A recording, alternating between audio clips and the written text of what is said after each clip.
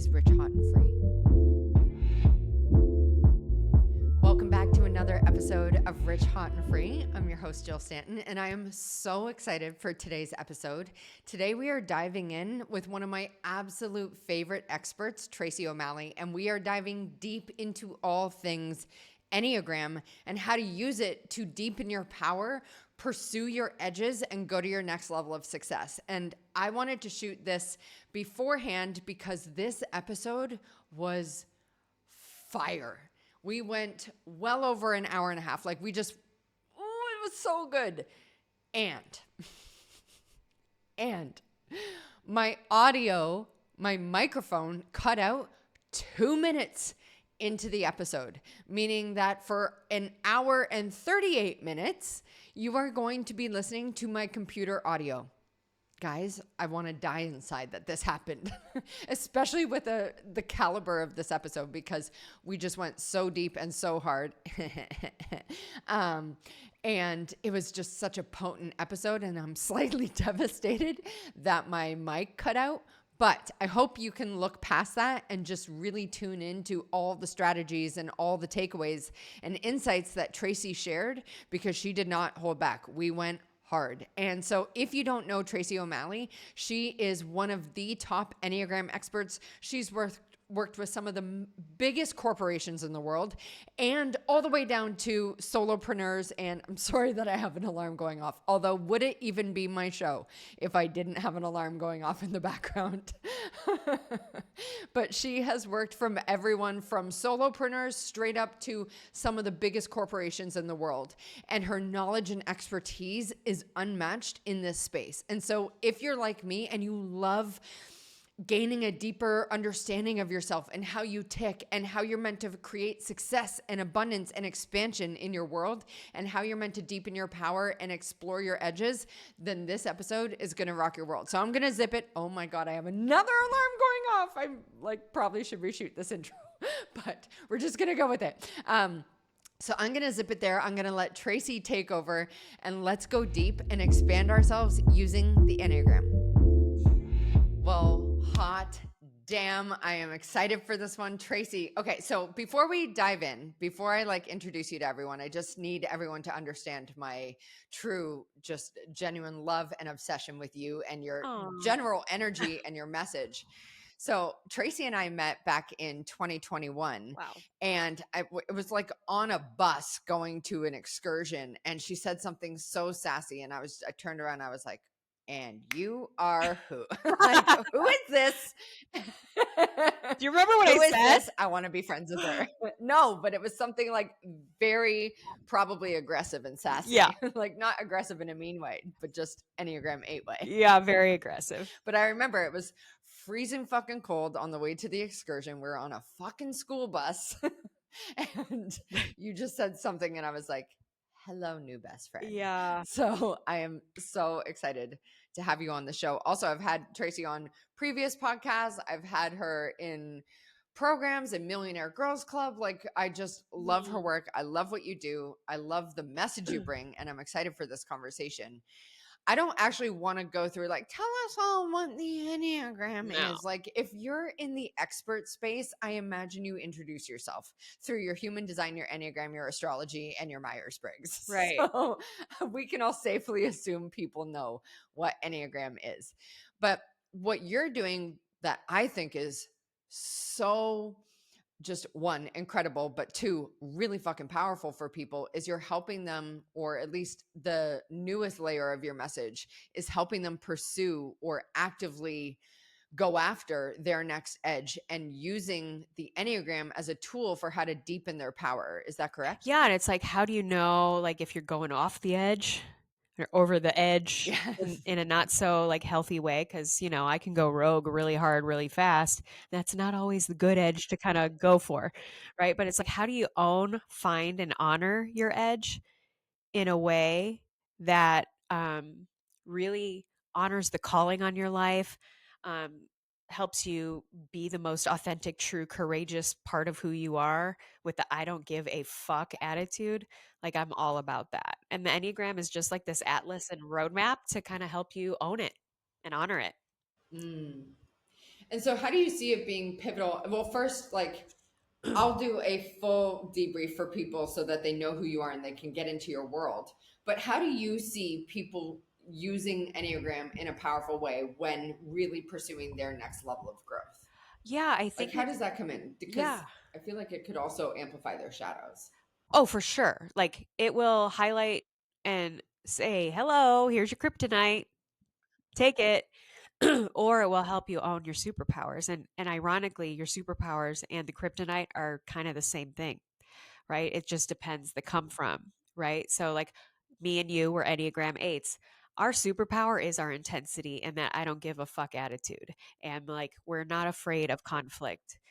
You know, it is. It's our superpower. It's what make people feel safe, protected, like we've got their back, like if shit goes sideways, like call Jill, call Tracy, like all the things. And also, that same intensity has been a wrecking ball in a lot of my relationships, including as a mother. You know, it's not always this beautifully harnessed intensity. Sometimes it's rogue and like unhinged in a not so good way. And so the Enneagram really provides you this measuring stick of where am I really at with this? Am I coming from um, love, compassion, empathy, service, grace, courage, you know, fun, innocence, or am I coming from fear, insecurity, unworthiness, shame, guilt, or ego? And when you understand, you know, and know how to integrate this information, you can at least 80, 90% of the time be coming from the good stuff. You know, we're still human after all. We're still going to be like, you know, growing, and whenever we're growing and stressing and pushing the limits to get to our edge, like it's not going to feel really comfortable sometimes, and fear and insecurity will come up, but it's how you use the full framework of it to kind of give you more range, so it's not these extremes one way or the other. And I don't know if you, well, I feel like you're probably seeing this. Like, are you also getting a sense that people are, like, I just get a sense that people are breaking out of their molds. Like, they're just wanting more right now. They're wanting more expression, more liberation, more momentum, more courage, more authenticity. I assume, well, you tell me, are you seeing this as well? Like, where did Enneagram edge come from? Yeah, it's like, Because it's a theme I can't shake. yeah, because you know, I think part of this is me being the age that I am. I'm almost 54, so I've got a lot of receipts to You show. look Like, so fucking good for mid thank you. 50s. Like, stop it. Yeah, I have a daughter that's engaged and going to be married. Like, it's crazy. So I have a lot of life and I have a lot of Mm. receipts. And I think the way that I carry myself today, like, I am edgy, I am intense, but I'm also equally compassionate. Like, they call me the velvet hammer. Like, I will fucking, Oh my God, I love that. you know, like I will hammer you down and call you out and call you up, and I'll do it as though like I've loved you since your birth. You know, I love you like I gave birth to you. And I think people really feel safe and protected in that. And I think now more than ever in the world we live in, we're sick of the nonsense. We can flip on our Yes. phone and be marketed to. Most of it's manipulative, and people don't want to be part of that. They don't want to be that. And but so many people have buried themselves so deeply they don't even know how to access that edge of who they are. Mm. And so we do excavate, and you know, the excavation process is not always clean and easy. You know, it's Yeah. messy, it's revealing, and then you have to do something with Mm. it. And And deeply vulnerable. it's so vulnerable and Hmm. disruptive. You know, we talked about that before we Yes, hit that's a good word record for it. is people want to live authentic. They want to be true and courageous and brave and themselves. And they also don't want to disrupt their life. And it's like you Yeah. can't have it both ways. Like if you are going to be the Mm. most truest Tracy, authentic, don't say that. I want to have both. well, you will have both if you can like fall in love with what disruption can bring. You know, everything Mm. beautiful that you love about me and everything beautiful about my life today was my willingness to disrupt and and take myself to ground zero in ways that was not pretty, was not cute, was not fun, was not cheap, you know, and it didn't Yeah. come without a lot of shit, you know, but like Mm. with great reward comes a great responsibility. And anybody who's done something that you admire was willing to disrupt some shit. Oh my God, yes. I feel like such a timely message right now with what's been going on. Yeah. And so, like, so for someone who knows that they feel this deep down, Yeah. right? Like, they know that they're coming into I feel like you even see it in a lot of the Yeah. brands out there right now. Like, there's a lot of reinvention happening and a Yeah. reimagination and a reinvigoration of people's what they want to be known for, what their values actually are, and their beliefs. Yep. I feel like similar to what you're talking about, a lot of like, what am I trying to say? Like the foundations have been shaken a little. Oh, You know yeah. what I mean? It was like the 20s, just the 20s in general so far have been the ultimate disruption. Yeah. You know what I mean? And we've seen people who have thrived with it and some who have become, how would I say it? Disheveled by Like it. the polished Jill. Why? Who fucking cares? It's your show. Who fucking cares? Let's just say ideologically captured then. Yeah. and I feel like some of us have been able to hang in there and keep our shit together, and others have succumbed to just, a moment in time that has felt wildly shaky and uncertain and disruptive and all of that. So for people who know that they're craving some sort of oomph, like they want the energy back, they want the next level of themselves, they want the deeper connection to themselves, I think that's what it's all about, right? Yeah. Like I think a lot of people, at least the ones that I'm talking to, a lot of them deeply crave to be more of themselves through their brand or their marketing or their offers or how they talk or the content they create. They deeply want to be more of themselves. But then similar to what you're saying, the fear can come in because it's like, well, what will people think if, or what will happen if, or what will they do if? And it really keeps a lot of people kind of like stuck or stagnant or minimizing their power, dropping their power. Well, if you're asking yourself, what will they think or what will they say if, then you are even trying to manufacture some authenticity. Like, honestly, like if you're being the most authentic version of yourself and the most true, then that doesn't even really cross your mind. And now we're human and we will have moments of that. Like, I mean, I don't give a fuck. And also there are moments I'm like, oof, okay, like this is I slightly give a fuck, I guess. well, like I don't give a fuck what anybody thinks about me, but I do give a fuck about people, right? And so, I like that and I'm distinction. human, and I think it's hard because the first part of the 20s, so much of what worked for those first part of the 20s was manufactured out of people's fear, right? Like when Yes. COVID hit and jobs were in crisis and everybody wanted to start a business, man, those superpower, business coaches swooped in with their superhero capes, promising you the world, and they were successful, and they left a lot of people like in their dust and hanging. But then it's like you were burned by those people, yet those are who you're trying to emulate to have success, and that's like it's just not going to work. It's a It's just, mismatch. it's like you can't make these decisions out of fear.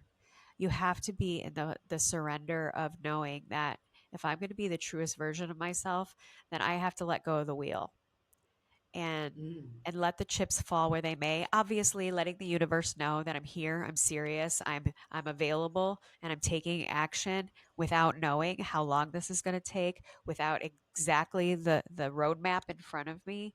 But this is where the Enneagram is super helpful, because when it is scary and dark and like you have not been down this trail that hasn't been blazed yet, that you're here to fucking blaze, like when I do want to turn around and be like, get me the fuck out of here, I have this anchor of an atlas with the tool of the Enneagram to know when stuff comes up for me, what is this really? Like, is this me like not trying to be controlled, or is this me stepping into that higher version of myself? Okay, so I want to, can we just do a quick, like, not just like overview or like a quick touch on, but I would just love to know for every type, because I don't think this is just an 8s thing where we're like, let's challenge what's going on. No. You know what I mean? I have a lot of 7 clients and Oh, they yeah. are feeling ramped up and amped up. And I have a lot Everybody of is. threes who are like, let's fucking go, you Everybody is. know? Everybody's amped Um, up. so what does that look like per type? Like for, a nine might look very different to a three in how they pursue their edges. You know what I mean? And so can you kind Yeah. of walk us through that? Well, let's start with the Like, and nines. shadows versus strengths or Yeah. whatever it Well, is. it's so funny. I did a Mhm. call with a girl who was wanting to hire me as a coach, and we had done like her Enneagram session maybe 3 years ago, Mhm. and I gave her the roadmap and sent her on her way with a lot of things. And she's a nine, right? And nines typically like they're motivated by harmony and peace in the present moment, but they are wise. They're at the top of the Enneagram. They are like the divine source. I believe whatever that is, Oh, really? yeah, whatever the divine source means to you, I believe is a nine on the Enneagram, this Yoda wisdom. But they'll settle for this Mm. short game, peace and harmony, and swallow their words, and they keep the peace instead of making peace and harmony, right? And this girl Mm. was on the call with me, and she told me her therapist told her she needed to tone it down a little bit. And I looked her in the eye and I said, Fired. "Don't you fucking tone shit down." I said, "The fact that you're using your voice is really important. Now, here's the key though. Here's the caveat.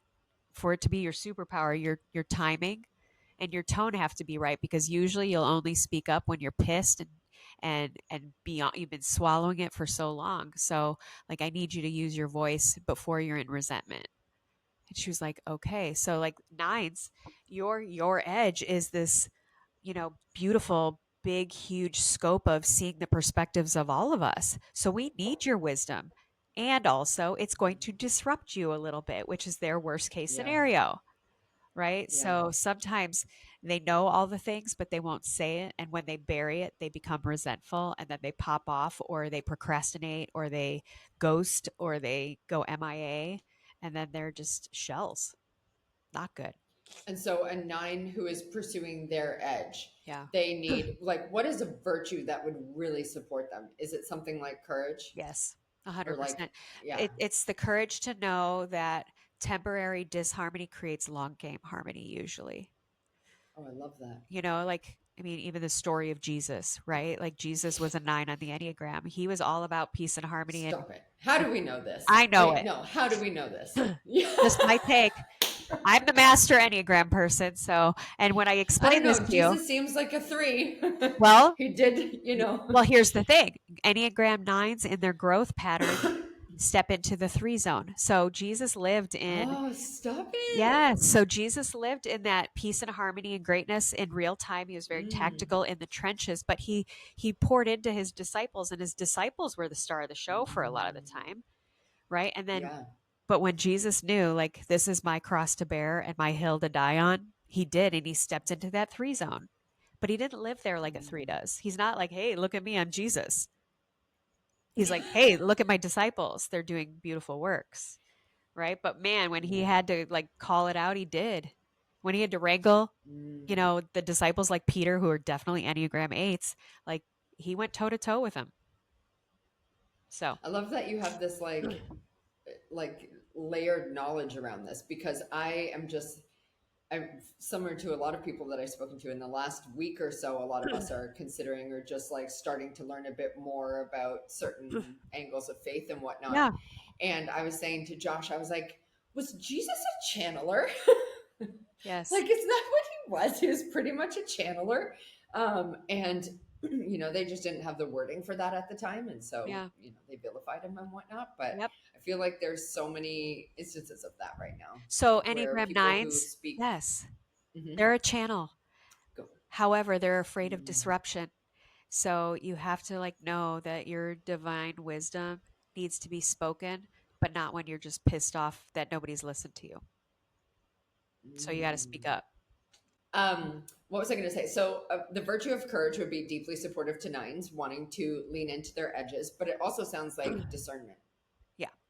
Right? Like they're in the instinctual center. So, like, they are very much what is happening now and what do I need to do about it, because their main motive is peace and harmony, independence, autonomy, and control. They'll settle for, like, short game, like sweep it under the rug right now. And then it creates bigger Mm. problems down the road, which is the opposite of what they actually want. So, having courage in the I'm moment, the miracle in the moment right now, and know that, like, the long game is really important here. I'm going to send this to a girlfriend of mine. She's an 8 and she was married to a 9. And the 9 has just been such a fucking dickhead since they stopped their current or their previous dynamic. And I feel like this would be so enlightening for her because it sounds like he is just in the shadow of it. Yeah, and done like silencing himself. And what I said to the girl today is, But he's doing unfortunately, it recklessly. well, It's that's not like he's doing it from an anchored place. right. That was He's my being a point. dickhead. Like, I don't want her to tone it down. However, your timing Yeah. has to be better because the reason why anybody would say that to you is because you're expressing it in ways that are a little all over the place because you've been swallowing it for so long, and so you lose credibility and trust when you pop off like that rather than more Mm, like it. Like I guarantee this dude, whoever he is, knew everything that he was feeling at the time, but is like, it's not worth it. I yep. want to keep the peace. I want to keep the peace until it like he's tripping over the shit now. And now he's pissed. And now he's probably popping off in ways that loses all credibility and trust. So nines have to be careful. Yes. Like you have to speak up now, not when you're like overflowing with resentment. Okay, so that's a real key piece for 9s. And I think that's where the discernment comes in. Is like you have to be discerning around like when should I be bringing this up, and also how can I have the courage to do it even if it doesn't feel comfortable to me, even if every part of me is like keep it in. A 9's virtue to aspire to in order to pursue their edge is courage. Yeah. And it's like, um, contrary action. Like usually for growth, we have to Mm, take the thing, we have to go against the grain of what feels comfortable sometimes. You know what I mean? And yeah, for I hate that nines, part. yeah, they same. Like for us, it's that compassion and empathy. That's not a natural move for you and I. Bro, that okay, wait, no, pause. I just have to fuck the 9s now because now I'm making it about me. Okay, let's make it about you. Yeah. One of my husband's like biggest gripes with me is that I'm not as compassionate as I could be. But in my head, my version of compassion is solutions. Like I cannot sit in the like, oh, I'm sorry. Like I'm just like Yeah. Yeah. to just like start to solve things. So that's really interesting to hear Well, that because makes you feel powerful. So that's why why you go to that instead of honoring things that maybe are sad. And you're not saying anything that I haven't felt either. Like I'm just here to put on my superhero cape and save the day because we're motivated by being strong. And how we feel like we can be best of service is to be superheroes and fix things and save the day. mm, And honestly, like having, I think your son is more empath like mine. Having an empath for a son, sometimes he just wants nurturing. He doesn't want me to be mm. coach mom and coach Tracy. He just wants to know that I'm a safe place to share his biggest fears without having to do anything about it today. And that I had to work at. And the work I do with the people, like we're gonna take some action here, but before you do, like let's come in for like mama bear hugs and love without anything to fix, you know? I've had to learn how to do I that. love that's such a timely thing for you to say to me because my kid has started Muay Thai, so like Thai kickboxing. Um, and I said to him yesterday, I was like, because he took a few real hard shots, and I mean, he's 7, so Yeah. he took a couple big shots, and you could see him getting like, and Josh and I were in the car with him afterwards, and we're like, you know what you are? You're a warrior. You're a superhero. And he was like, I don't want to be a superhero. And I was like, oh, good. You don't have to be a superhero right now. Like, just know that that's inside you, though. But like, you're so right. Is sometimes he just wants to like be quiet and give me a hug. And warriors feel all their feelings, and none of them are bad or Mm, weak. The movie Inside Out, when I saw that yes, love movie, it. right? But probably you, like me, hated sadness, right? Yeah, And then I I'm saw this that bitch. movie.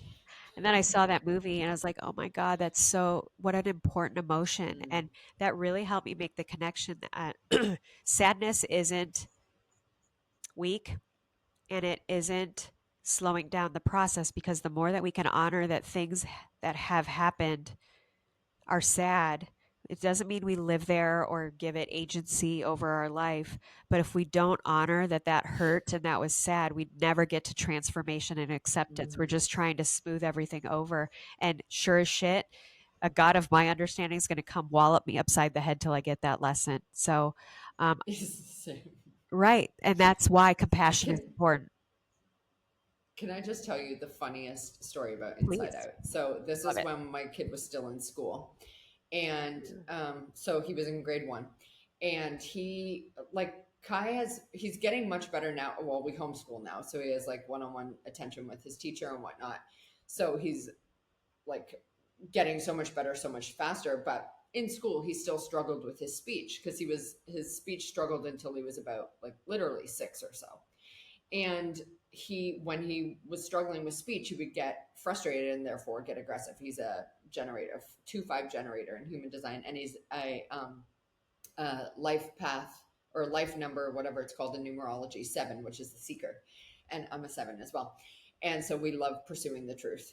And he got frustrated and he hit a kid at school for whatever. They took his Yeah. toy or something like that. And I was like, babe, we can't go hitting other kids. Like, you have to use your words. And he's like, I know what happened. And I was like, what? And he's like, you know how in Inside Out there's anger? And I was like, yes. And he's like, in anger came into my brain and it kicked out joy. And I was like, yes. And just like I know that he was doing it through a movie reference, but I was like, bro, that is insane emotional awareness for a 6-year-old. That's one of the And I best said, movies okay, ever. so I agreed. And and I said, okay, well then what emotion do you think needs to come in to deal with anger? Or who could you be? Like how could you act? And he was like, joy. And I was like, there's another one. And he was like, courage. And I was like, yes, courage helps you deal with anger. And so it just like his ability to understand that through a movie like Inside Out, just as Yeah. he gets better and more evolved, in his process will be. Well, and I think a lot of people I went think off track anger, there, but you know I what I think mean. anger is a bad thing, and it's not. It's what you do with it, right? It's how Mm-hmm. usually it's such a reaction that anger is usually the bodyguard to some sadness, honestly. And Oh, anger I love really that. is like letting you It's like the know, compound emotion. yeah, but it's like it's a powerful, good emotion when used right. Like, trust me, there's some shit that angers me. Now, I'm not turning my life into a Dateline episode anytime soon, at least today, but my anger lets me know what I'm passionate about, but you don't have to Yes. act on it in a really dysfunctional way, right? It's like, oh, that Yes. matters to me. Great. Noted. Yes. I'm not going to cut a bitch Yeah. today, Oh, I but love that. okay, Yeah. I mean, I wish a motherfucker would, but I mean, I will if I have to, but not today. rain check that. Rain check Yeah. that. Fuck around and Okay, find so out. Like, seriously. it does seem to be a season of that lately. Yeah. Okay. So are we gonna go like from 9 down to 1, or are we going 9 to 1 now? Let's Where are go we to going? one. Are we Let's go going to to one. the 8s? Okay. Yeah, we'll go to the ones. Oh, We'll we'll finish. leave it with the 8s then. Yeah, we'll finish with us. The best. Yeah. Just kidding. So I still get ones, riled. their edge is truth and righteousness, right? They're motivated Mm. by how they Are have, they the perfectionist? yes, or the Okay. improver. Okay.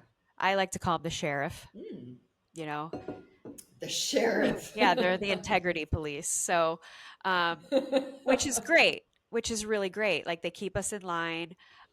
They're black and white thinkers. It's either good or bad, right or wrong, high Mm. integrity, high standards. So, like, they're Oh, amazing I in love that that part. regard. Now, the shadow side to that is they're so black and white that they're very rigid in that, and they don't Mm. understand the rest of us that may operate a little more in gray area, especially Yeah. around good, bad, right, wrong. But to them, Yeah. if they're not good and right, it's so extreme the other way that, like, they think they're terrible, like terrible. So in Mm. order to not feel that about themselves, a lot of time they project or they're judgy in that Mm. righteousness becomes self-righteousness, Mm-hmm. and which Yes. sucks because they have such high integrity and high standards, and that is their edge. But if they're coming off like Judge Judy, nobody fucking wants to learn from them. Yeah. And 0%. yeah, nines and ones, I think, are some of the hardest to shift because like peace and harmony is so sacred to a nine. It's like, nope, I'm not disrupting it. And ones also, that no gray area kind of operating system, just like the nines have to recalibrate what it means for peace and harmony. Ones also need to recalibrate what it means to be good and right because it Oh, isn't that's black and interesting. white. And so, what's a virtue as they lean? What does leaning into their edges look like then? Like allowing people to just do what they fucking want to do No, without their um, projections, or what? like don't sweat the small stuff. Like really, Mm, and joy is in the journey. Sometimes it isn't about the perfection. It isn't about, um, I think some of us that have found the courage and found our edge usually came from mistakes that we've made.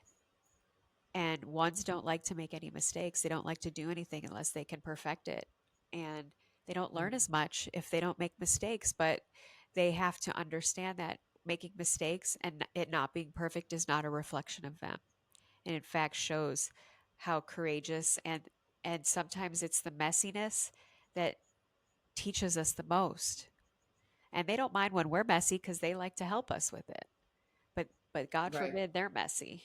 They don't like it. And they don't like to And apologize.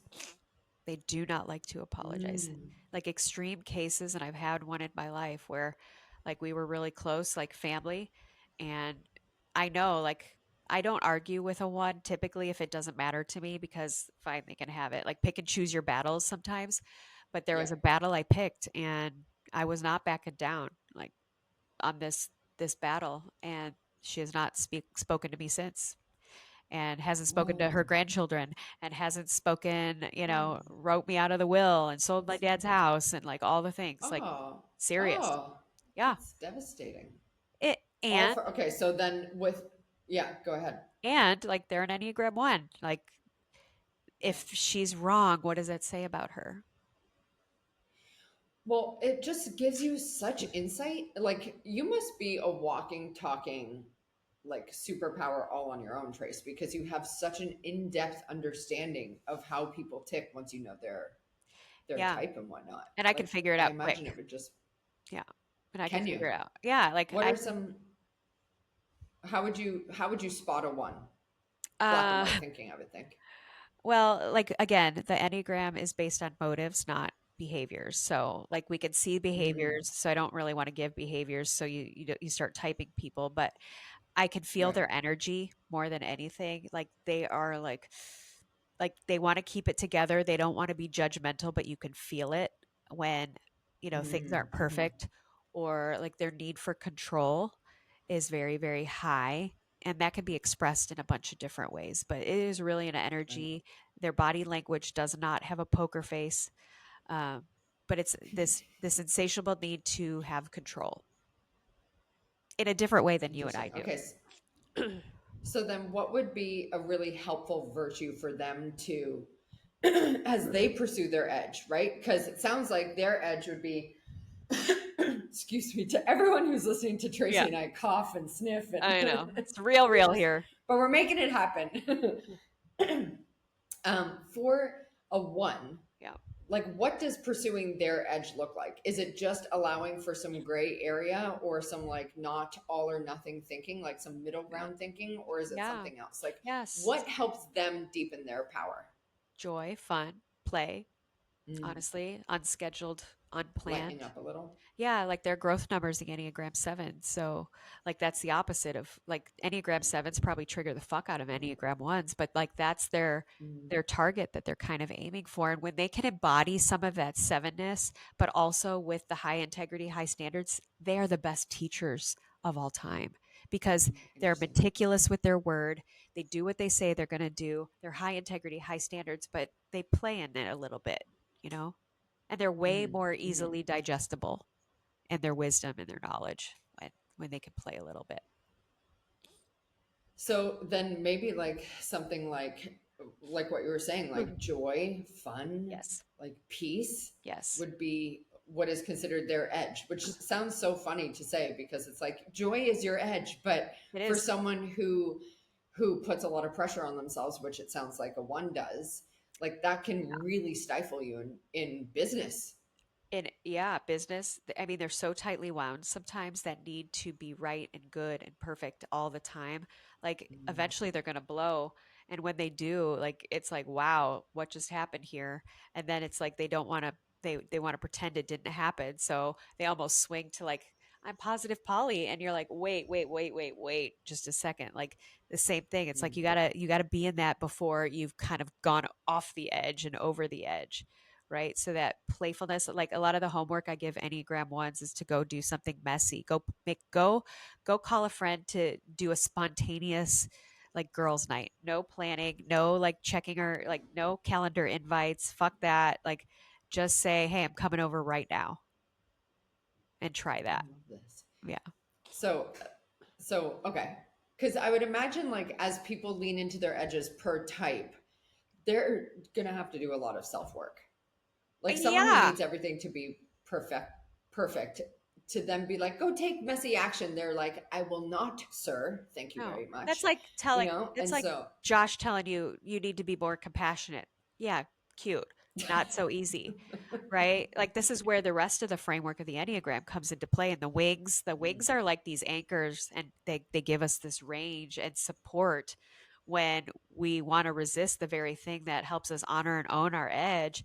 If it's left to our own core type, it's a big fuck no, right? So we do need to mm, use both of our mhm, wings within the framework to say, hey, bitch, I know this sucks and you don't want to do this, but this is actually what makes you the most outstanding, edgy, honorable person that you are here to be. So suck it up. I love that. Yeah. Yeah. And finally, suck it up. Yeah, and still not a fan. I understand the power of compassion for me today, and it's still not my first natural go-to Oh my God, ever. same. But I Bro, do it a lot. same. But Like, I even do it a with lot. my coaching, I'll have to like often create disclaimers being like, Yeah. I promise you, I am trying to say this out of a good place. And also, Yeah. shut the fuck up. No, I'm kidding. I don't say it like No, that. it's I don't say it like that. I say, get the fuck out. No, I don't say yeah, it's funny because like that. I am known for that now. Like, I mean, I had another call with somebody today who was referred to me, and she's like, I knew I had to come to you. I was told I have to come to you, that you are going to speak it straight into my soul Mm, and also make mm. me feel like I've never been loved more in my life. And that's Oh, true. that's so lovely. Yeah, and it's true. What Like, a recommendation for someone to give you. yeah, like I'm here for I that. love that. And it's true. So, I love that. all right, Enneagram 2s. I'm raising Okay, one of number these. two. Yeah. So their edge is their beautiful gift of knowing what we all need without words being said. Like they truly Mm, do have their thumb on the pulse of what we need. They're the empaths of the Enneagram, and that's beautiful, but they're motivated by being loved and appreciated. So it's a really slippery slope that they feel like they have to earn it all the time, mm, and that creates codependent mm. bonds and giving to get subconsciously. They come by it very innocently, and their edge is knowing that they're loved and appreciated just because they're fucking here. They don't have to earn it. They don't have to self-abandon. They don't have to keep like keep score. If somebody does something nice for them, you don't have to one up them. Like it's so frustrating, and like for you and coaching somebody like this, I'm raising one, like the most disrespectful thing we can say to a 2 is like, who cares what they think? Like they do. Oh, really? Yeah, they do, and that's Mm, why they're great. Like they're always caring what people think. I mean, they let it take too much weight on their own self, yeah. right? But like their gift is knowing and caring what people think and feel. Like that is their gift. So then would their edge be like deeper self-worth And boundaries, saying to no. boundaries? Okay. Yeah, because their Saying no. growth is, the individualist, the 4, which is like it feels selfish to them, right? To do something that's for them without, like, how do I know I'm loved and appreciated if another person's not involved? It's like, well, this is where you know that you're loved because you're you, right? And So I usually will tell an Enneagram 2, like, ask yourself before you say yes to anything. Like an Enneagram 2 will look at their calendar, and if there's a spot open, they will say yes, even if they don't want to sometimes. And so what I'll tell a 2 is like, ask yourself before you yes, take 24 hours. And they're like, oh, the Before you, audacity. yes. And I'm like, well, and number 2, ask yourself if it wasn't thanked, appreciated, acknowledged, or reciprocated, would you still say Recognize, yeah. yes? Would you still say yes? And they're like, I shit. love that. I'm like, yeah, you're going to have a lot more no's and you're going to have a lot more free time to actually do things that you love to do. Because what pisses a 2 off is when they have yes themselves into a corner and then something comes along that they actually want to do and that is really And exciting they to them, can't. and they're overbooked and they can't do it. And now they're Mm, resentful and now they're a martyr. Well, if I didn't do it, nobody else would. It's like, well, it isn't always yours to do. And being the helper doesn't mean enabling. I love that. So, okay. So then for them to really lean into their edge and experience their next level of growth, you're saying that comes through boundaries. I had suggested maybe self worth to say, like, similar to what you're saying, like you're loved because you are, you're worthy because you are, you're here, like that is, you're born with it. And your edge is now getting yourself on board with that and deepening your self belief, self worth, self Yeah, value, self image. and sometimes saying no to people is the most loving act you could do for someone. Mm, And it doesn't mean that they're going to love it or appreciate your no or appreciate your boundaries, but there's there's something that happens when you say no, the respect that you earn, the credibility that you get, and also you will know very quickly who's in your life because of what they get from you. yes.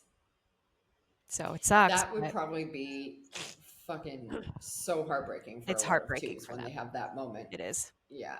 It is, and that's why I am who I It's, am today. Because, like, come here, come here. mm. Like, I'll cut them later, but right now I'm gonna hug you.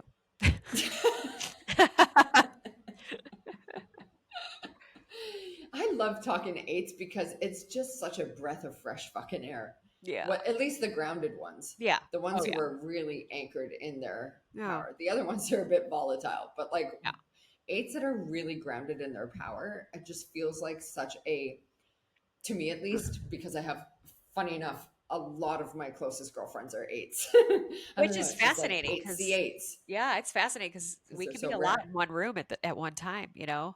But that's the beauty of it. Yeah. I went on a trip with a bunch of my friends. There were 8 of us and 4 of us were 8s. And not one of us gave a fuck like what was going on because we trusted who was in charge. So none of us felt like we needed to control or take over. We were like, Mm. whatever. They're like, wow. Yeah. I'm like, this is Let's good live it shit. up. I said it's a testimony to you guys that we trust you.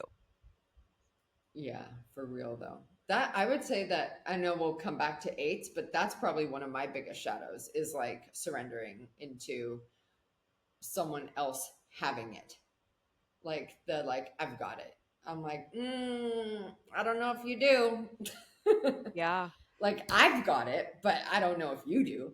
Right. You say Yeah. you've got it, but I just don't know if you do. I say often So we'll that, come. yeah, 8s are hard to lead unless they fully trust who's in charge, and that is not easy to do. Yeah. All right. So I've been listening to just a quick tangent. I don't know if you've ever heard his stuff, but his name is Zach Rody. Have you ever heard of this Uh-uh. dude? Uh-uh. Okay, so he well, I just found his stuff. Someone had suggested his book to me. It's called Inspire His Devotion. But then Oh, I went down a rabbit hole of all his YouTube videos, and it's he does a lot of work, polarity dynamics, masculine, love that. feminine, that kind of stuff. And he was describing his wife because they've been together for like 10 years or whatnot. And the way he's describing her, he's like, she's assertive, she's strong, she's opinionated. And I was like, man, this chick sounds like a fucking eight. And then later in the mess in the thing, and he's like, and if you're into Enneagram, my wife is an eight. And I was like, I'm Of not gonna do course it. she is. Did he say what he And is? because no, he didn't. But no, he didn't. I'd be curious because my husband's a five. I Yeah. remember telling you that. You Yeah. were like, oh, 5 and 8s are such a good. They So can I'd be be. Yeah. curious to know his. But where was I going with that? Like my biggest edge in relationships, at least, is surrendering control and trusting the other person to have it. Like it is hands down my biggest edge. Hands down. Vulnerability. Yeah, that is Yeah. our virtue, that innocence that, in the movie Inside Out, I remember like I love anger and disgust. My goodness, I love them. It makes me feel strong and powerful, but like joy and sadness, they were really hard for me. Like even joy is hard for me back then because it felt like if I'm in joy, my guard is down, my walls are down, and I can be like put in a vulnerable situation. So not being on all the time and letting somebody care for me has been really challenging for me. And also the gift I never knew I needed. And the giftedness for the other Oh, I love person, that.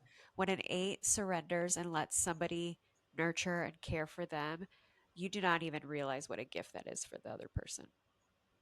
Noted. I didn't know that.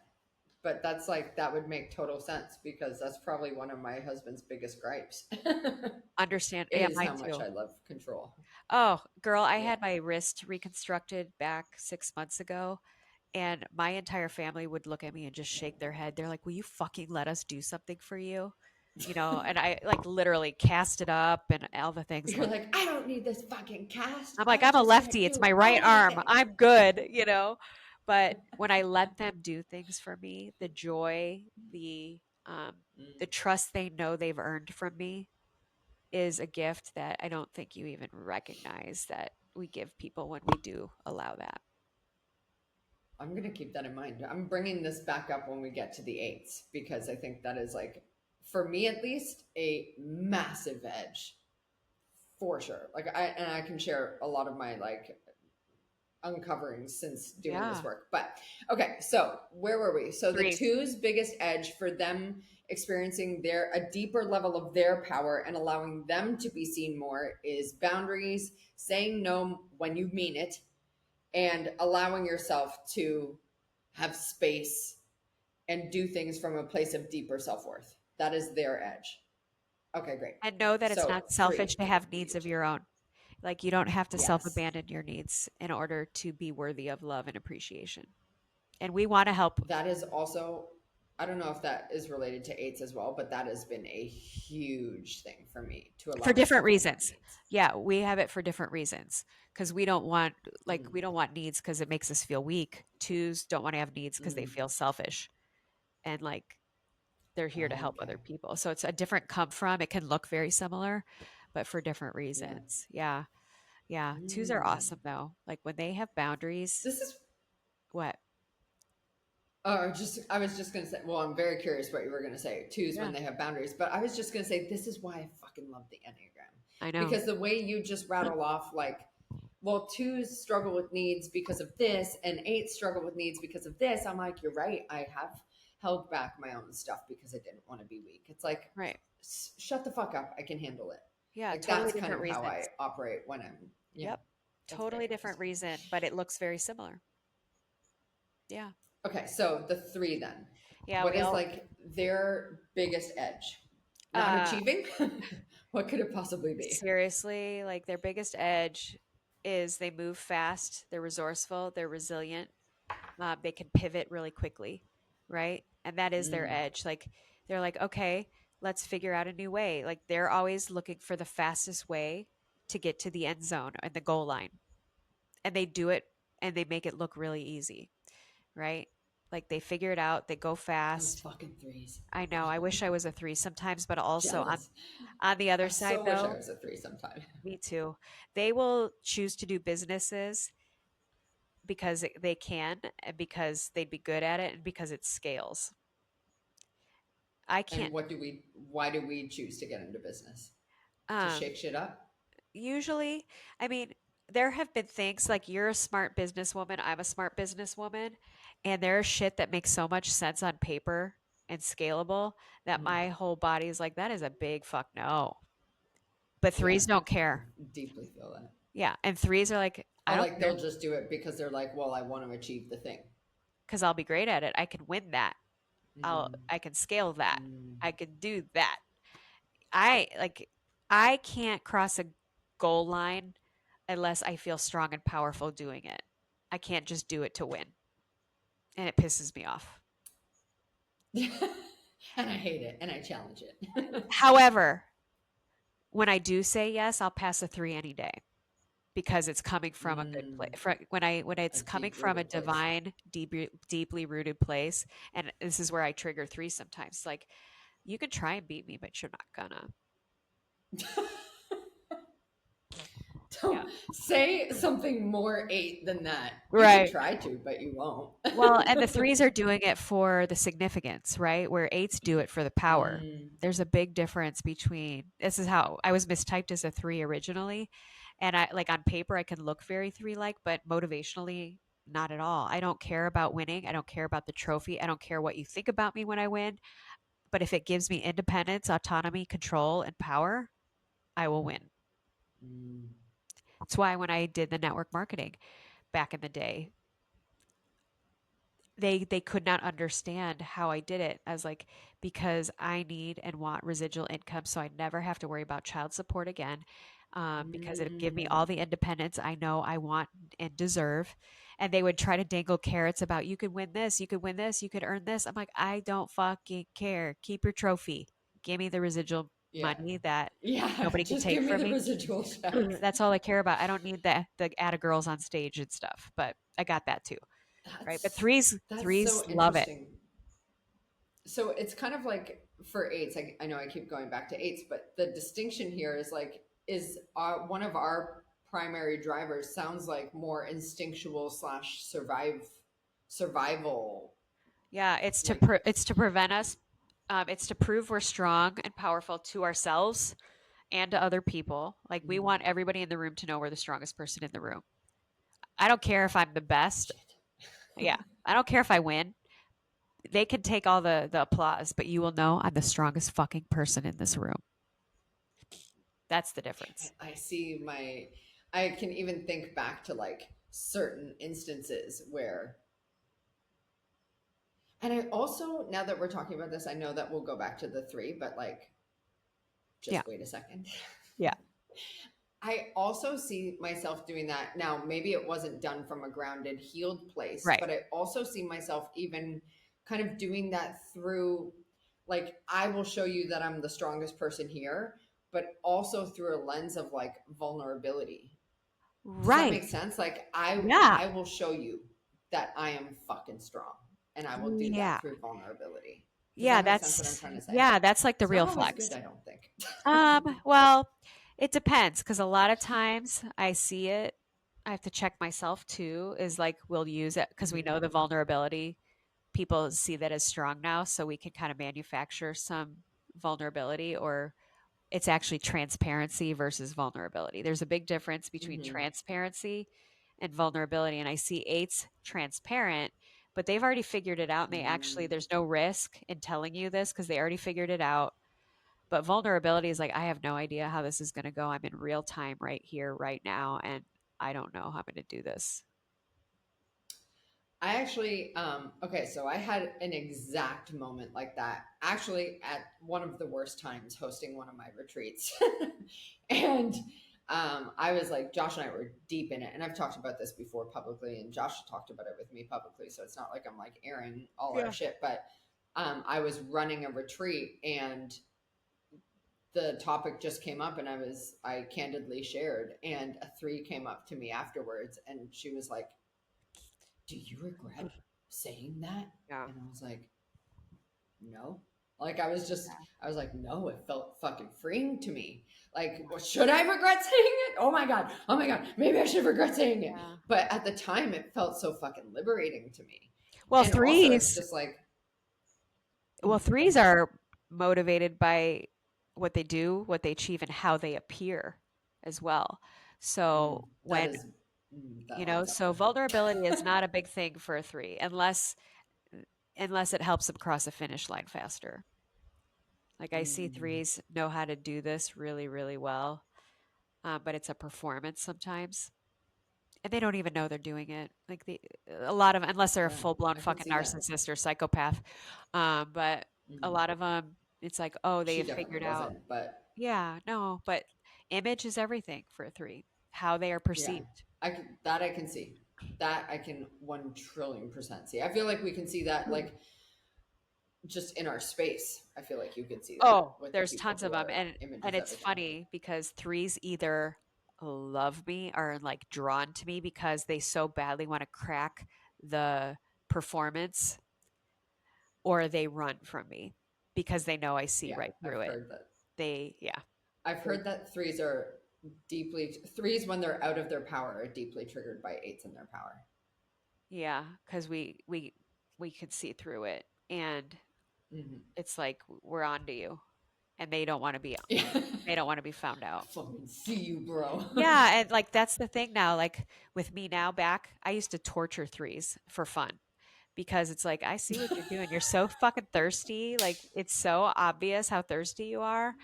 And now it's like I see you, and it's with compassion because even though they make Mm-hmm. everything look really easy, I know the price they pay. And it's What is the price you think they pay? Like emotional turmoil, or it's like never enoughness, or emptiness.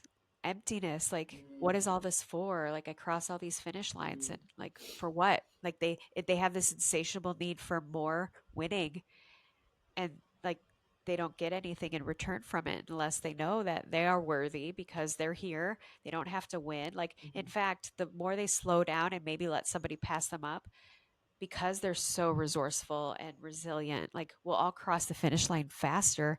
Maybe you won't be first, but like you'll have people loving and supporting you.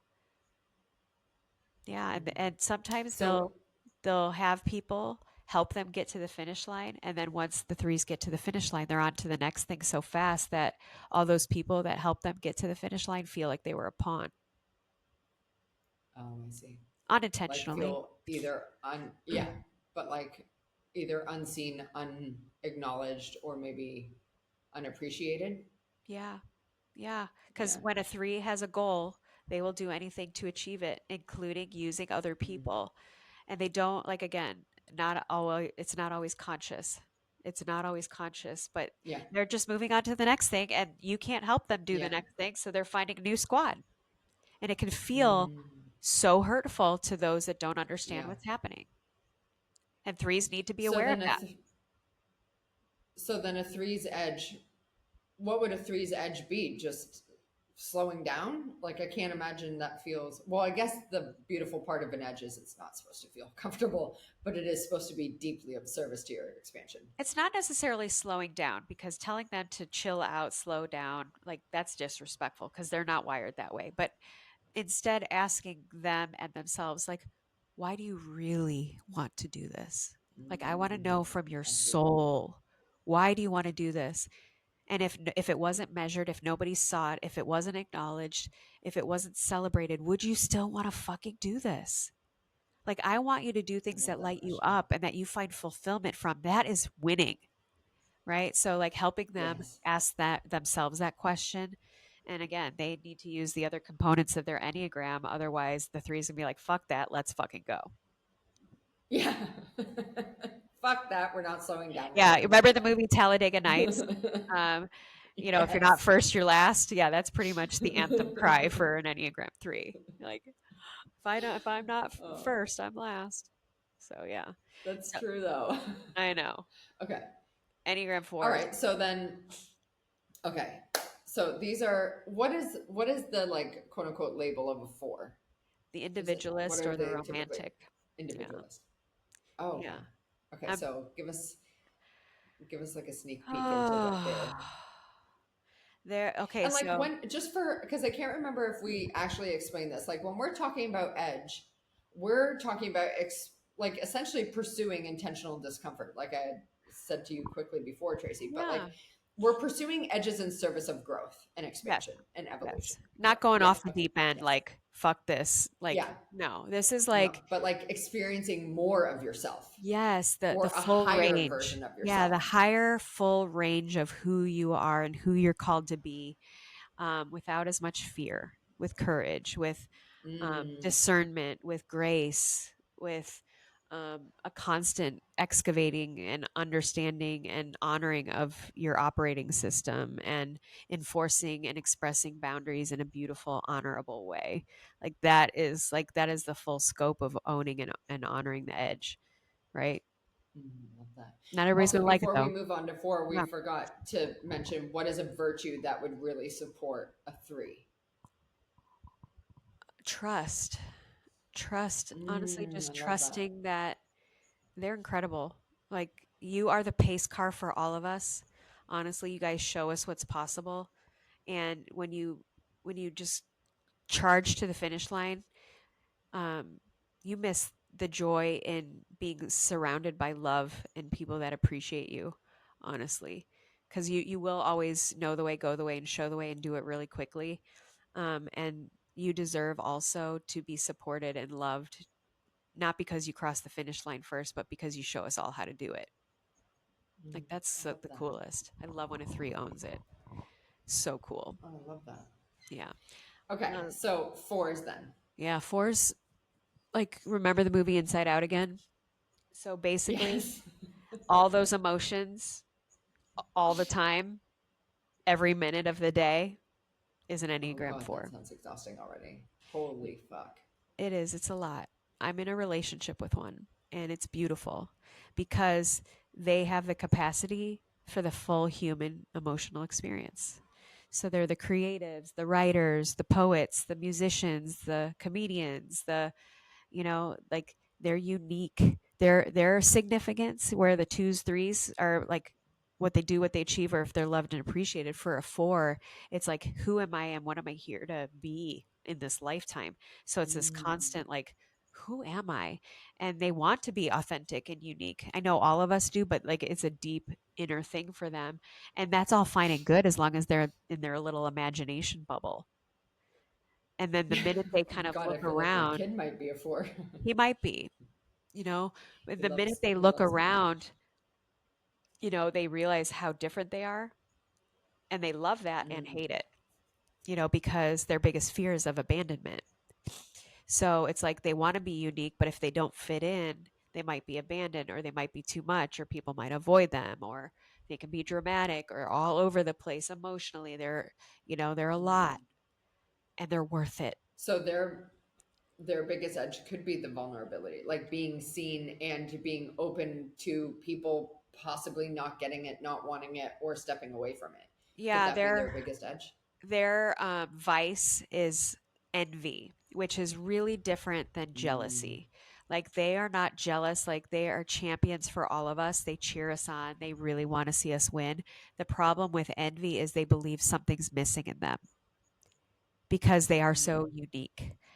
And it's the very thing that they love about, like it's this constant thing. And one of the ways that they create, because they're like the intense creative or like the romantic, the individualist, a lot of times they create from the depths of the feelings.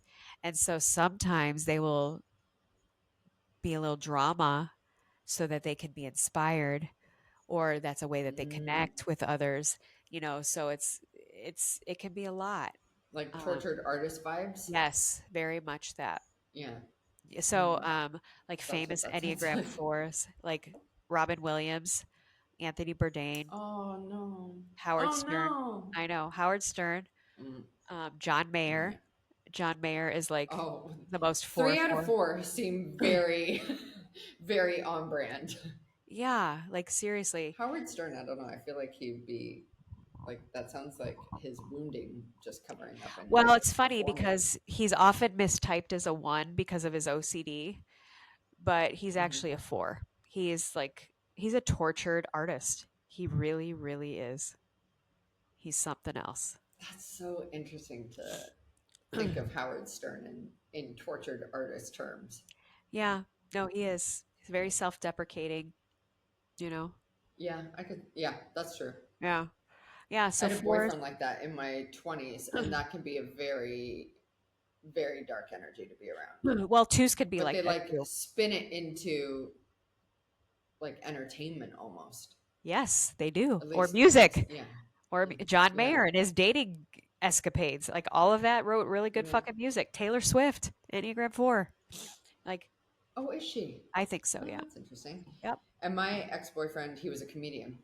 Yep. So like all the tortured parts of Yep. him actually made hilarious jokes. But when you got to know him, you're like, oh no. Well, if you think about So, like Taylor Swift, even like her earlier, maybe when she was a little more insecure, like she wanted to be unique and she was very different how she mm-hmm, approached, her stuff, whatever. I mean, I'm not a Taylor Swift music fan, but I admire the shit out of the courage it takes for her to step into her mm-hmm, uniqueness and own a lane that mm-hmm.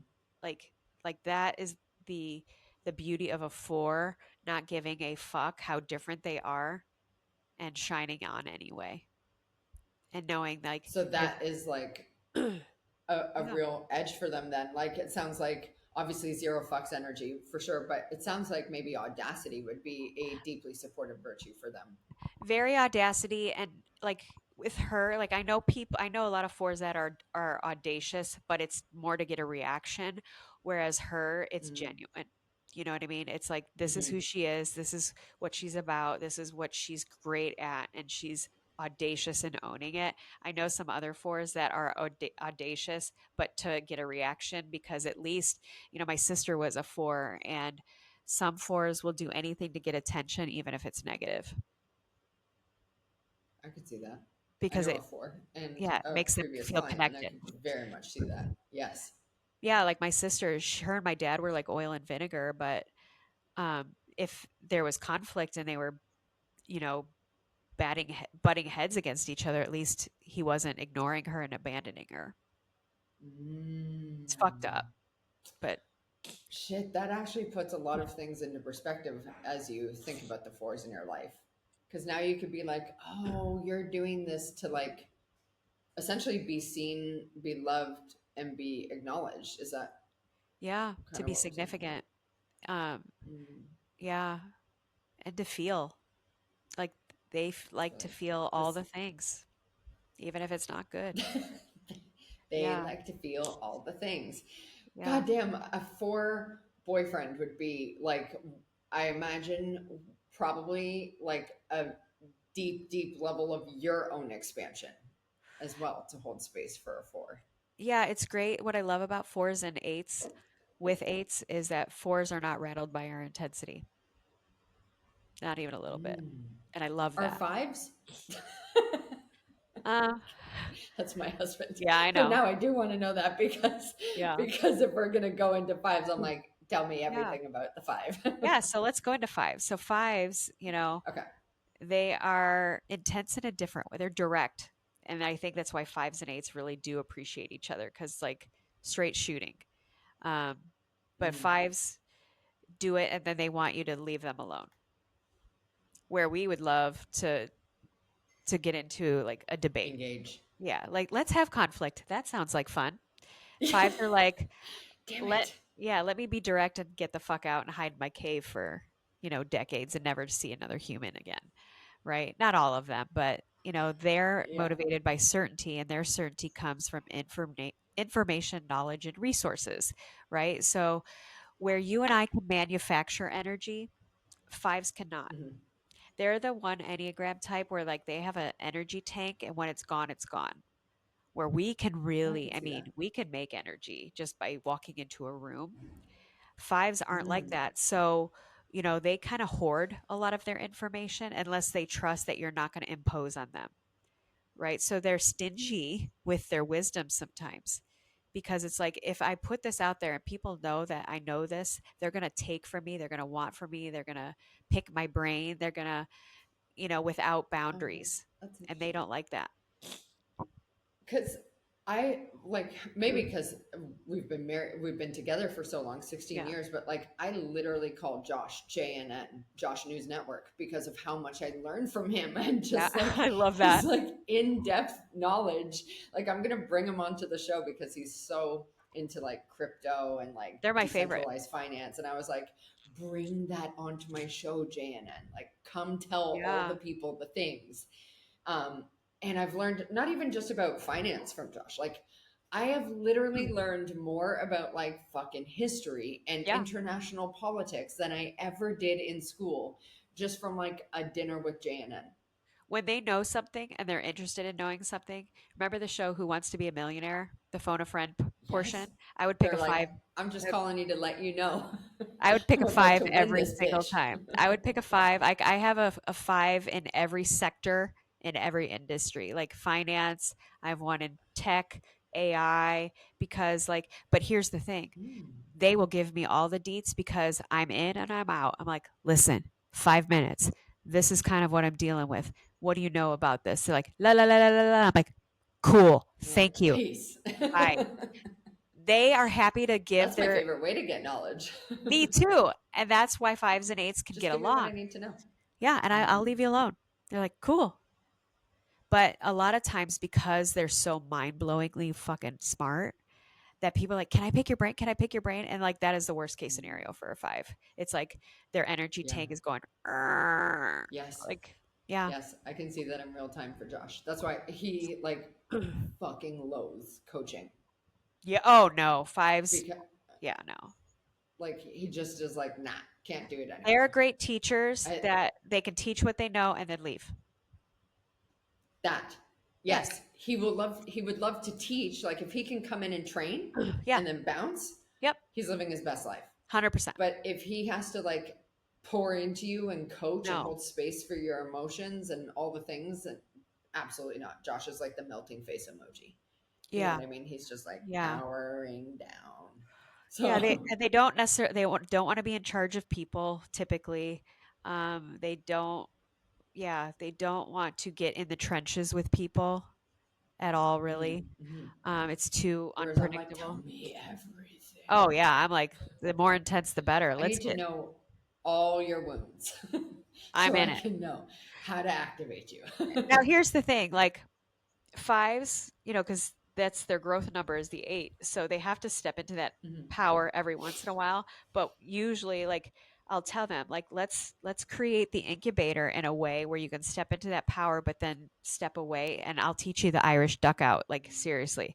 Like you could be like Houdini, like now you see me, now you don't. But like you stepping Holy into your shit, that's power brings your wizardry and your such brilliant wisdom to the world, but let's put you in a place where you can feel like you can go back and regenerate and all the things. And they really appreciate that. it's it's so funny, just like on the like Irish duck out. So Yeah. I don't know if you know him personally, but one of my buddies, John Lee Dumas, he's also an 8, and Uh-huh. him and I are very similar in how we react in social situations sometimes, and we'll just like butterfly out of a conversation and be like, all right, I'm out, gotta go. Whereas Josh and John's wife, Kate, who's a 9, will literally stay in the convo until they're like, please get me out. And I remember spotting Kate at a party that she was actually hosting one time, and she had been so cornered. She was literally in the corner against the wall. And I was just like, come here, let me save you Yeah. from this, I do that to because they just people. have such a hard time. I do that for people because I can see it in their face, but also I'm so known for the Irish duck out that people are like, "Have you already scoped out your exit?" I'm like, "Bitch, you already know. I have the blueprints of this I've place. got 3. Like I know exactly how I'm getting out of here. You'll never know. I won't say goodbye and it ain't personal.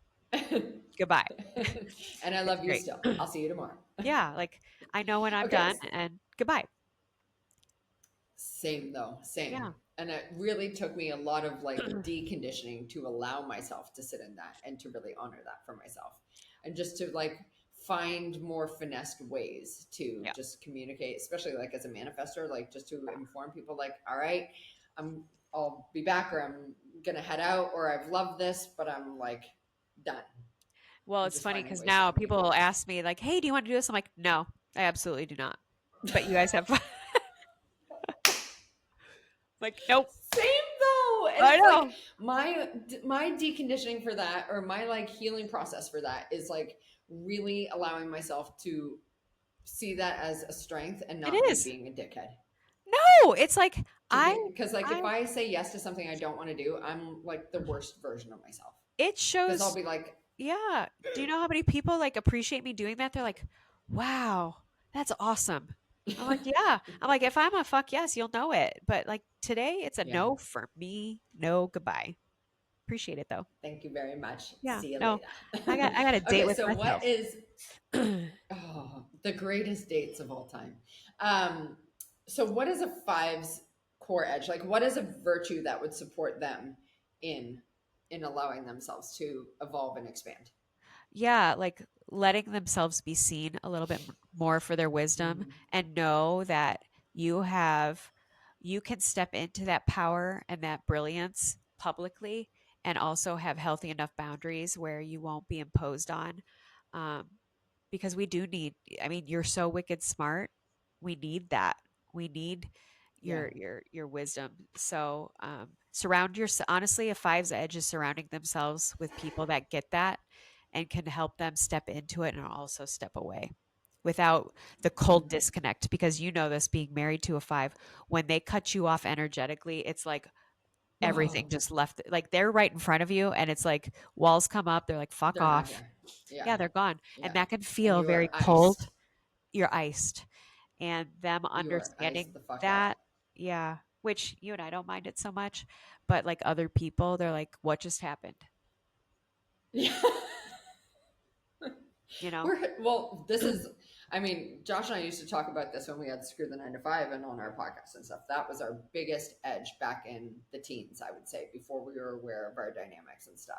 Is like he would ice, and then I would just go fucking loony. Like I would just be like, must conquer, you Right. know? So he would lean back, I would lean all the way in. He would ice, I would bring the fire. You know what I mean? Yeah. So it was Yeah. not the best dynamic for a while Well, until we yeah. became aware of that. Yeah, like it's important to understand it and honor it, but also like push us to be better. You know, like Mm, he needs to push you to be more compassionate. You need to push him to step into his power yeah. Done. respectfully. Challenge accepted. Yeah, respectfully. All right, Respectfully. sixes. And through coercion. Yeah. Yes. Sixes. So sixes are the loyal skeptic. So they're the master troubleshooters, strategists. They're worst case scenario thinkers, which is their edge, right? Like Oh. they have 10 different ways to solve a problem that should possibly happen, right? Because they're motivated by certainty, by being prepared, right? A blind side is their Mm, worst case scenario. So they have like, but what mm. about this? But what about this? But what about this? And they have all these different plans in case what about this happens.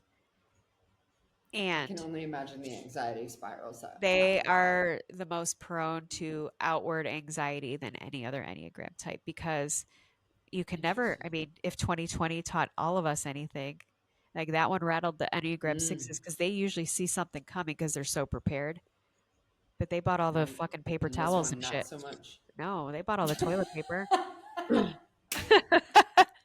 Those motherfuckers. Yeah. They're the ones who did It's the it. sixes, man. They need supplies. They need, yeah. I've traveled with a six before. I show up with like a bathing suit and flip flops, and they have like a pharmacy and 10 different Oh outfits my in God. Those case. are my fave people to Yeah, come to travel with, though, because they always have all the things, all the things because they need to be prepared. It's snacks how and everything. they find certainty, but it also it can be super paralyzing, right? That Mm-hmm. worry that I just need to, I have another question. They have lots of questions all the time. And before I understood this about sixes, I used to like really trigger them because I'm like, don't you fucking ask me questions. Like, do you, because it's like, do you think I don't have this handled? When I didn't understand, like, no, they Oh, just need right. certainty. Right. Right. And so now I'm like, you can Mm. ask 100 questions. I'm going to answer all of them and you're still going to take action when we're done. So, So I imagine their biggest edge would be embracing uncertainty then, like yeah. learning to find some level of stability with Yeah. uncertainty. So their growth number is the Enneagram 9, which is faith, right? Faith and Mm. finding harmony in the gray area, you know, but it's really hard for them.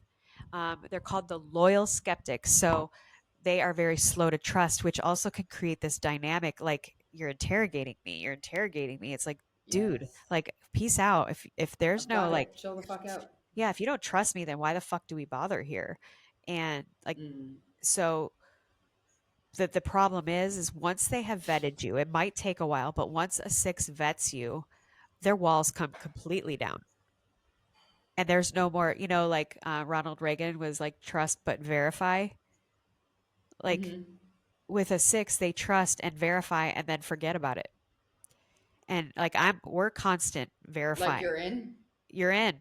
Oh, like, oh, I see. Wait, are you saying they forget about it, like, and then they continue to verify, or then they forget about it and they're like, okay, I verified and you're in? Yeah, once they have verified and you're That part. in, Okay. for whatever reason, all of a sudden they have blind spots come up all over the place, but they take a long time to get there. And so when I was friends with a six and I would see her do this, like once she trusted somebody, it was like over giving, like, cause it's like, oh, I have support Almost from like the you. shadow side of that, then. Yeah, it is like because they want to feel supported all the time because that's how they have Right. certainty, right? So once they Right. trust this supportive person in their life, it could be somebody who's a con. And once they feel like they have your support, they will give you the ends of the earth and include accept some shitty shit. And I used to be like, you could trust and continuously verify. Like, Mm. I trust, but I am continuously verifying over and over and over again, which, I mean, that's a good thing. And also, Yeah, it was like, I feel like maybe I do that in some capacity. Like, I think sometimes I'm too quick to trust, but then other times it's like, I trust you. Do I? I trust you. Do I? I trust.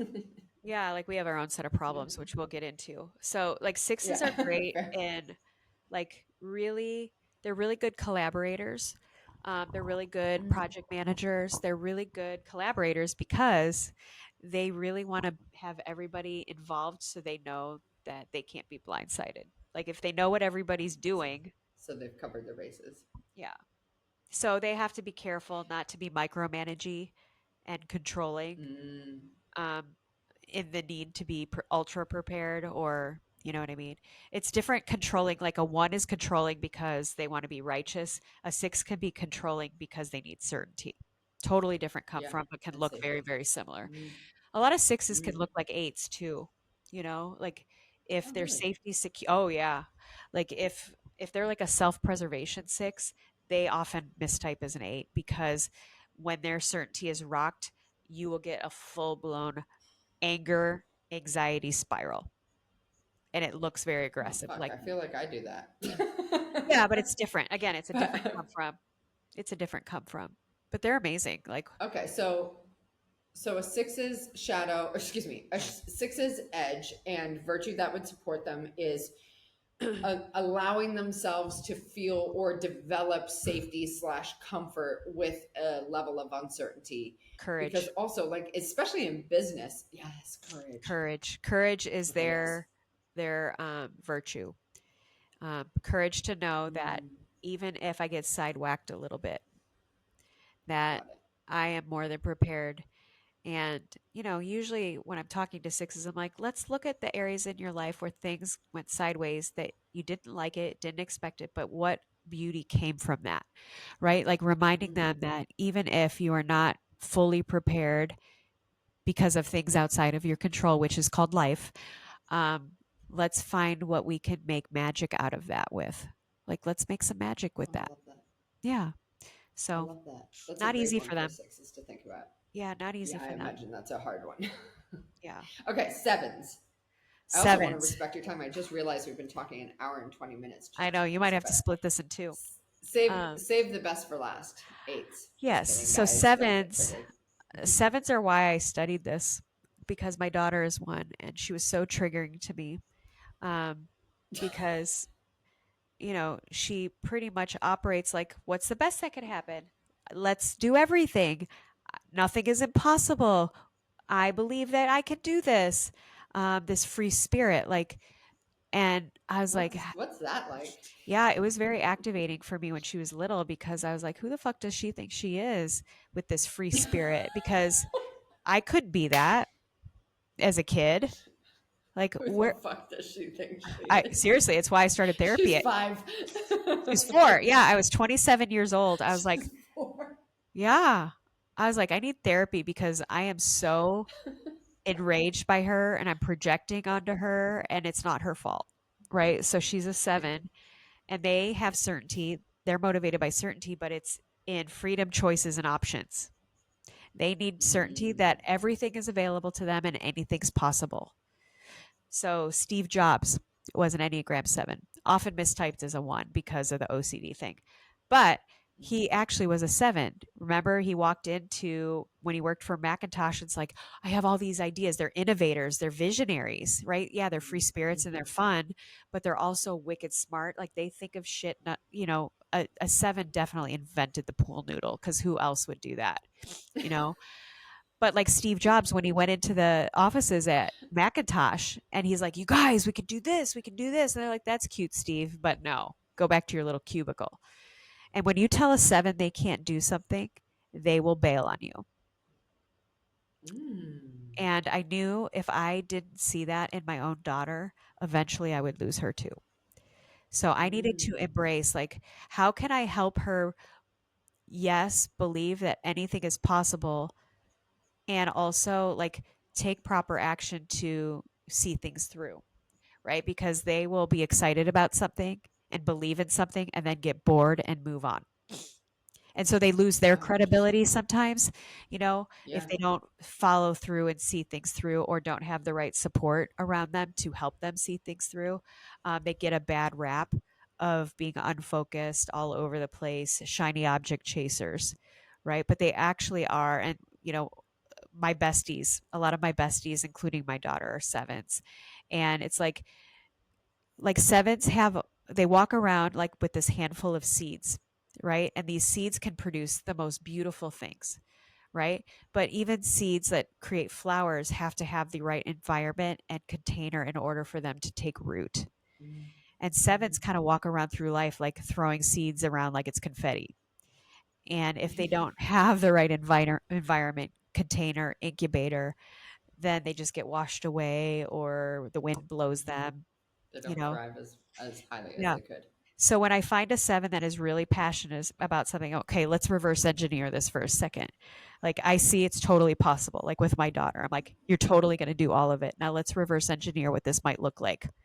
Are you still excited with all the details that require you to have that? Mm. Oh, interesting. I love that. Yeah. So when she was deciding she wanted to be in the beauty industry, out of high school, I'm like, okay. She's like, I want to do this. I want to do this. I want to do this. I'm like, totally. You're going to do all of it. Which one is most important you to do first?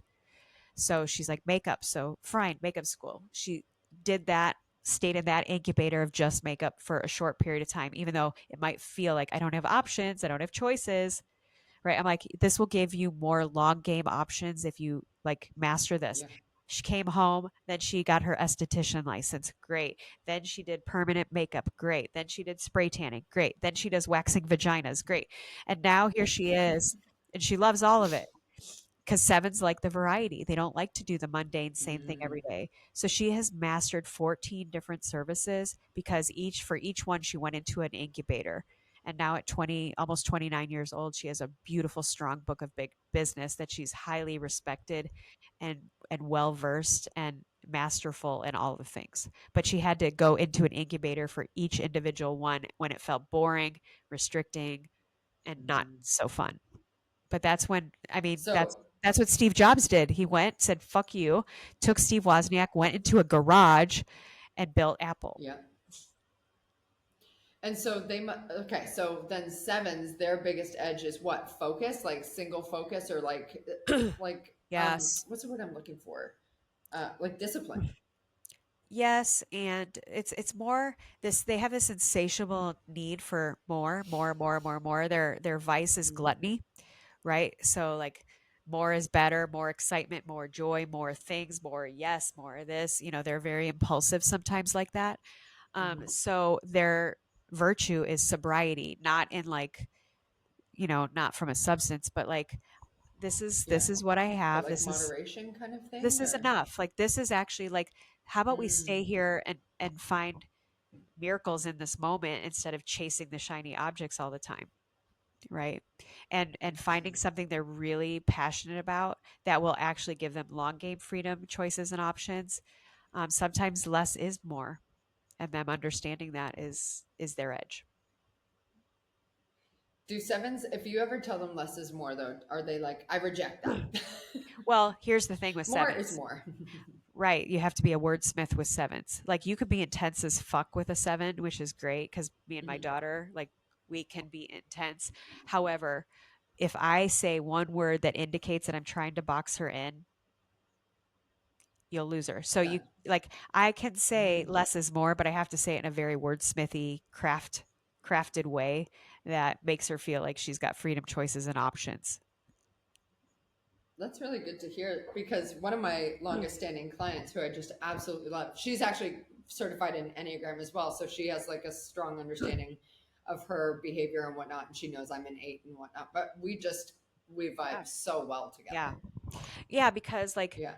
what's cool about that when an 8 understands that they are motivated by freedom, choices, and options, and we know how to support that, even if in our minds we're like, Yeah. I don't know how the fuck you think you're going to do that, but okay, right? But like bringing that enthusiasm, like you're going to do all of it. How can I support you in making that possible and helping you in this little Mm, incubator? Because then they actually see things through and they find even more yeah. joy and more, my friends, my daughter, like helping her do that with her beauty career. Like she's so grateful today because she does have a wide range of options every single Yeah. day. No doubt. She didn't love when it felt like I was constricting her, even with my very wordsmithy ways, but she's thankful for it But she now. loves the end result. Yeah. Yeah. Okay. Well, we've already pretty much covered us. I know, but let's close it out with a bang. All right. What is our biggest edge, would you say? Um, Don't tell our me compassion. I fearlessness. reject it. I would say our That's our fearlessness. biggest edge. I would think it's one of them.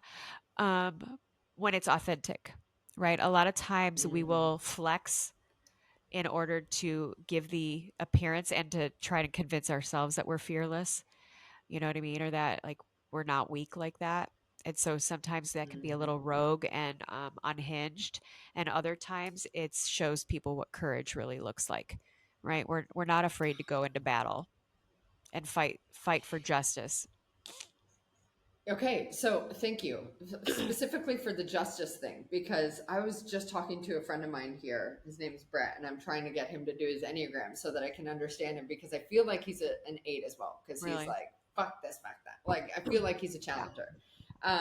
And I was saying, one of the things that I know we're not supposed to type people, but the reason I feel like you might be an 8 is because you are so motivated by justice as well. Yeah. Like, Yeah. if something is wrong, it's just like, I don't know, it just fucking Yeah. irks me. Ones could be like that too for different reasons, right? Like we want to champion the underdog because like when we see sometimes we judge the weak, but also we want to champion those that may be a little not as strong as us, right? So it's why we do Mm, kind of champion the underdog where ones will fight for justice because of righteousness, good, bad, right, or wrong. Like we're about the I strength see. and justice, not necessarily the righteousness and Mm, justice, right? Because eights I can be could see that. yeah, eights can be shady motherfuckers too, Fair, right? Like we fair. can.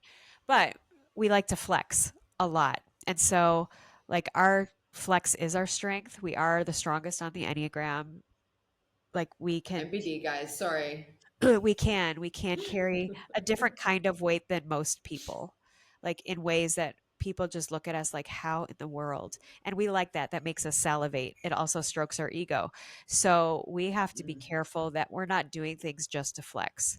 So especially as a mom, like there are many things that I could swoop in and be the hero, and I have to check myself before I do. Is this like me wanting them to know how strong I am and me reminding myself how strong I am? Or that's definitely a edge for me. if I swoop in and do this, am I actually robbing them of their confidence because they feel like Mm, they can't do it without me? yes, So I have to check myself. I I know see I that in my could, own behavior. yeah. And same thing with my clients. Like, I don't want this codependent bond with people thinking that they can't do things without me. Even though I might have done it for the flex, I've now created a monster. Fuck, I can also see that in my behavior. Client stuff. And actually, I'm better at it now, but fuck me, man. Like, Oh, earlier in my entrepreneurial career, for not so sure. much. Like, I Yeah. created a lot of codependency. Yeah. I would even say that I've created codependency just in certain aspects of my marriage. For sure. I mean, we can Mm, in a way because we love to be the hero, but then we despise the neediness that comes when we're the hero in people's mm, story. And then we can be cold and cut them off. It's like, ew, that's weak. ew, you're clingy. And if we don't know that that is a possibility by what happens when we wear a superhero cape, we can be assholes. That's why they call us the assholes of the Enneagram. Did not know that. I Yeah. reject that. Well, if you But spot it, you like got it, ew, baby. that's weak is like I see that in my behavior. Ew, that's weak. Ew, I don't like that. But we Ew. loved it when they were stroking I your ego and telling you how strong you were. mm, Yeah. yeah. Yeah. I feel like I mean, I'm sure every type has their own shadows to work through. It Of just feels course. like eights have a lot. It's just loud, and that's why it feels like a Yeah. lot, and it's personal for you. But trust me, Mm. with all the work I've done with thousands and thousands of people on this, um, none of us are immune to it. And it feels Yeah. very hard and intense for each of us, even though it's different. Like what's hard for us is not hard for somebody else, and it doesn't make it that less important. But Hmm. this is the beauty of the Enneagram is the ability to, we will always see and process and communicate with the world through the eight lens. However, the more Hmm. that we really allow ourselves to learn from the other eight types, we become better, right? And we understand that, yes, we are strong, but we have a lot of strengths we can learn that we are lacking from all the other eight Enneagram Oh, for sure. types. And the more that we can learn that is when we put our armor down and surrender Mm. and let people Mm. pour into and nurture us too, which is really, really hard. We're the lone wolves by nature. I know. I know. That is just I love these combos. Well, okay, wait. I love these combos, but also let's close it out. So, what is a virtue that will support an eight in their highest expansion?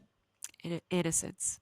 Surrender. Oh, The ooh, innocence and innocence. yeah, that innocence of a child before they had to be on guard. Eights usually, I um, reject that one. No, I'm yeah, I know. kidding. I mean, I don't want that one. I, I I know. want audacity or courage or the good ones. We already have that. And that actually kind of Fuck. puts us in a jam. It's more like honoring the innocence and that childlike wonder before we had to be so guarded and strong and powerful. That's always who we're going to be. It's like threes are always going to be successful and win, but they don't have to like do that all the time. We're always going to be strong, Mm, but when we lose sight of that childlike innocence, like we're isolated. And we mm, deserve and we do want connection, but true yep. intimacy into me, you see, can only happen with vulnerability. Mm, It's hard amen to and that. it's fucking worth it. I don't know how I went 50 years without it. Yes. I don't know how I went 50 years without it, but now I would not trade anything for it in my life.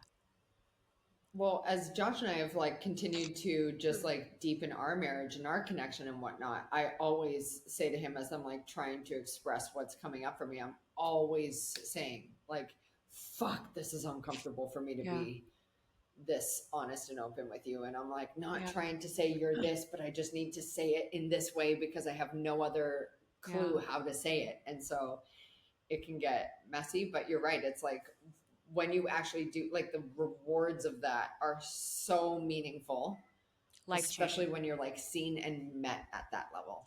Yeah, I had to have a conversation this last week that was really hard.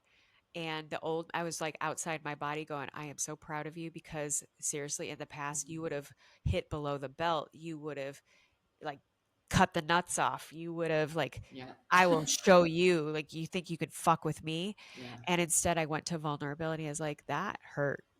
Okay. I Mm-hmm. like every part of me wants to throat punch you right now, but I appreciate your honesty actually.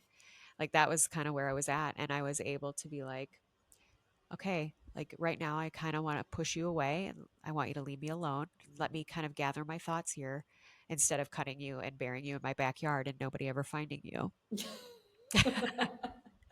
I'm that friend. Casual. Yeah, if you need to bury a body, Casual. you call an eight. Call Tracy. Yeah, I won't be caught. Okay, so I won't be I caught. won't. Well, Trust me, I won't. I love how much you're doubling down on it. You're like, no, no, no, call me. I will not be caught.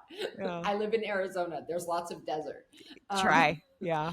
okay. I wish a motherfucker would. Yeah. Okay. So I can only imagine that as people listen to this, is what I love so much about your in-depth understanding and just like embodiment of the Enneagram. Like you breathe so much permission into Yeah. people. I just love all our conversations. And I Yeah. imagine as people are listening to this, they're also like, I want to have this level of understanding, or I want to be seen in this way. I want to know Yeah. what's available for me. So can they still, but do you still do like typing sessions? Yeah. Can people work with you one-on-one in this? Oh my God. Okay. Tell us all the things. Yeah. So Where can they hit you up? there's a few different options. Like you could get your blueprint, which is accurate Enneagram typing, because 65 to 70% of the online assessments are wrong. Like they just are. Okay. So Do you remember when you did this for Millionaire Girls Club yeah. and Caitlin Yes. changed her type and she was so like, what? I know. She was so rattled by it. Yeah. Now she owns it. Now she Yeah, fucking owns it. absolutely. It's awesome. Yes, she does. It's Yes, she awesome. does. Love her. Yeah, Yeah. she's come to life. So when it's kind of like having a roadmap, if you have the wrong coordinates, you're going in the wrong direction.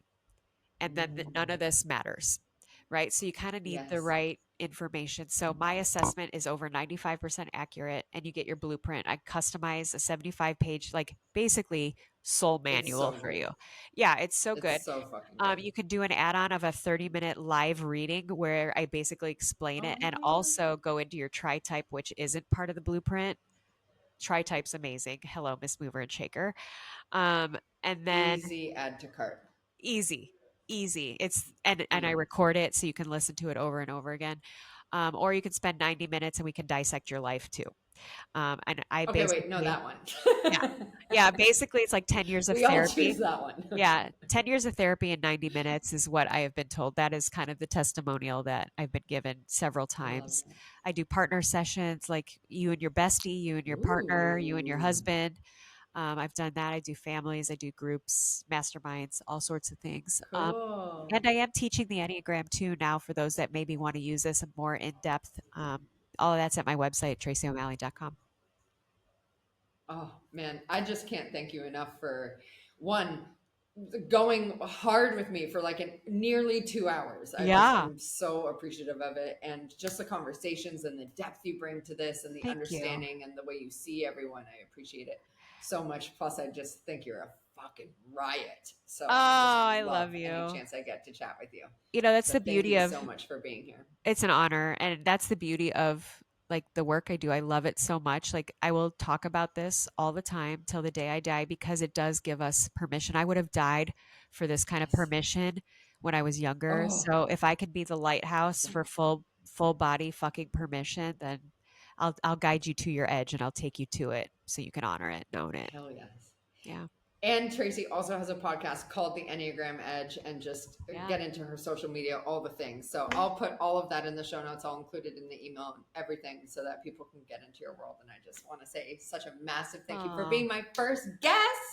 Oh, So exciting. I we can't popped that cherry. imagine anyone else. Yes, for real. We went hard. Yeah. Deep and hard. That's the way we like it. But Great. thank you. Yes, we do. I appreciate you, But babe. thank you so much, my friend. I appreciate it so much. Love My you so pleasure. much.